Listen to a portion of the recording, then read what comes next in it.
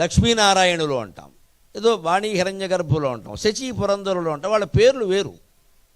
శివపార్వతుల్లో గొప్పతనం అంటే పేరు కూడా ఒకటే. అమ్మవారు ఏమంటే నాకు వేరే పేరు ఎందుకండి, ఆయన భార్య అన్న పేరు చాలండి, అంతేనమ్మా. అందుకే మనం గుళ్ళోకి వెడితే నా పేరు చెప్పు నా పేరు చెప్పని 10 పేర్లు చెప్పి అర్చకుడిని ఇబ్బంది పెట్టకూడదమ్మా. అది కూడా ఒక అహమేనని అడిగితే ఒక్కరి పేరు చెబుతారు. ఎంత ప్రాణాలు తింటారో వాళ్ళని పట్టుకున్నారు. మొత్తం ఇవాన పేరు రామాయణమా భారతమా ఈ పేర్లు చెప్పడానికి? ఏమన్నా కేశవనామాల పుణ్యమా?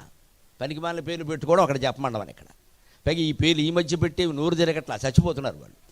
హవీషా డవీలా అంటాడు, ఏమిటో తెలియదు అది ఆ పలికేయాలి. పైగా ఆయన పొరపాటు పరిగితే పేరు తప్పు చెప్పారు ఏమన్నా అవుతుందేమో, ఇదో శంక. అసలు మనకి భగవంతుని మీద అనురాగం కంటే అనుమానమే ఎక్కువ. ఏం నువ్వు అర్థం కాని పేరెట్టాక ఆయన ఏం చేస్తాడమ్మా? లేదు అవిలా ఏం అర్థమైంది ఆయనకి? ఈ పేర్లన్నీ చదవమండం. అక్కడ నిజమైనటువంటిది ఎలా ఉంటుందో అంటే కౌశిక గోత్రోద్భవాయ యజమాని పేరు చెబుతారు అంతే. ఒక్కడే ధర్మపత్ని సమేతస్య అంటారు చాలు.